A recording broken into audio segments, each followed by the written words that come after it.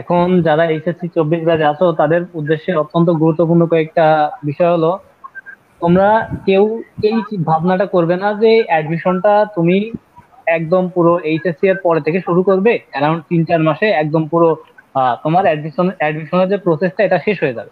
অর্থাৎ তোমার ওই সিলেবাসটা ওই 3-4 মাসেই কভার হয়ে যাবে, এটা কেউ চিন্তা করবে না। অর্থাৎ আমার অ্যাডমিশনের সিলেবাসটা অত্যন্ত বড়। আমরা যখনই চিন্তা করি অন্যান্য সিলেবাসের সাথে, এটার পার্থক্য হিউজ হিউজ হিসেবেই পাওয়া যায়। অর্থাৎ 3-4 মাসে শেষ করা অত্যন্ত টাফ, এবং শেষ করা যদিও কোনোভাবে সম্ভব হয়, তবুও ওটা ধরে রাখা খুবই কষ্টকর।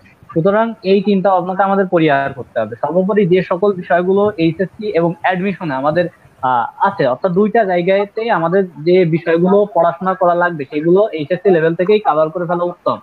স্পেশালি এইচএসসি 24 এবং এইচএসসি 25 দুইটা ব্যাচের জন্য।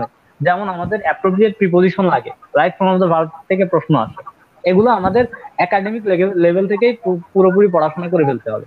এবং যারা এইচএসসি 24 ব্যাচে আসো তাদের তো সময় সময় খুবই কম, কারণ এইচএসসি পরীক্ষা সন্নিকটে, অর্থাৎ শুরু হবে সামনে থেকেই।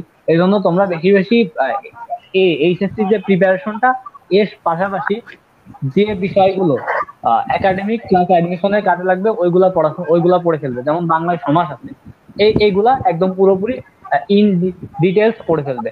আর এই চিন্তা ভাবনাটা সর্বোপরি পরিহার করতে হবে যে আমরা 3 মাসেই একদম কভার করে ফেলবো, কিংবা 4 মাসে কভার করে ফেলবো।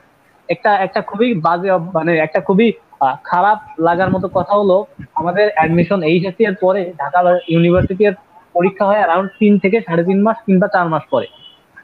এবং হতাশাজনক হলেও সত্য যে যাদের পরীক্ষা এই ঢাকা ইউনিভার্সিটিতে মোটামুটি ভালো হয়, কিংবা মোটামুটি চান্স পাবে বলে আশাবাদী, তারা কিন্তু মনে মনে অত্যন্ত খুশি হয় এবং এই বিষয়টা নিয়ে অত্যন্ত আহ, মানে কি বলে একটা হ্যাপি সিচুয়েশনে থাকে। কিন্তু যাদের পরীক্ষা খারাপ হয় কিংবা চান্স হয় না, এরা কিন্তু পরে আর ওই মানে মোটিভেশনটা পায় না পড়াশোনা করার জন্য, ফলশ্রুতিতে পরবর্তী পরীক্ষাগুলো খারাপ হয়।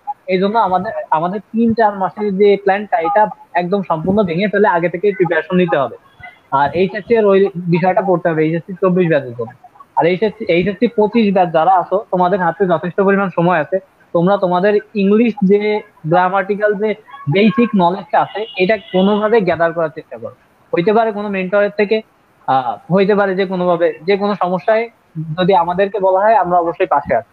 অর্থাৎ যে কোনো মেন্টর কিংবা যে কোনো বই থেকে তোমরা তোমাদের যে বেসিক নলেজটা লাগবে ইংলিশ এবং বাংলার, এই দুইটা একদমই ইন ডিটেলস পড়ে ফেলো। এটা তোমাদেরকে যে কি পরিমাণ কাজে দিবে এটা অ্যাডমিশনে টের পাবে। অর্থাৎ এটা কোনো একটা মানে এটা এমন কোনো কম্পিটিশন না যে তুমি হাসতে হাসতে গেলে তুমি বুঝে পড়বা, হ্যান করে পড়বা, এইভাবে পড়বা সেইভাবে পড়বা, অনেক টেকনিক খাটাবা। এসব কোনো কি হবে না, মানে এইসব কোনো কিছুই কাজে লাগবে না। কারণ কি, একটা সিটের জন্য কমপক্ষে 50-60 জন ওইটা ওইটা নেওয়ার জন্য ফাইট করতেছে। অর্থাৎ এইখানে এত বিষয় কাজে লাগবে না যে তুমি কতটুকু পড়ে আইছো, কি করছো আগে, এগুলো কোনো কাজে লাগবে না। অর্থাৎ কাজে লাগবে তোমার যে নলেজটা তুমি গ্যাদার করছো, এটা কাজে আসবে। সুতরাং এই 3 মাস 4 মাসের এইসব জিনিস বাদ দিতে হবে। আর এখানে একটা সিট, যেটা বললাম, একটা সিটের জন্য লড়াই করবে 50-60 জন। অর্থাৎ এইখানে তোমাকে ওই 50-60 জনকে বিট করে সিটটা দখল করতে হবে। অর্থাৎ তোমাকে এমন লেভেল পর্যন্ত যাইতে হবে যাতে তুমি ওই 50-60 জনকে বিট করতে পারো।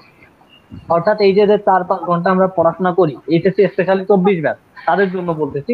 যারা আমরা এই যে 4-5 ঘন্টা পড়াশোনা করি আর এই যে পড়াশোনা করি না, কিংবা পড়াশোনায় কোনোভাবেই মন বসানো যায় না, এখন এভারেজ হইলে হবে না।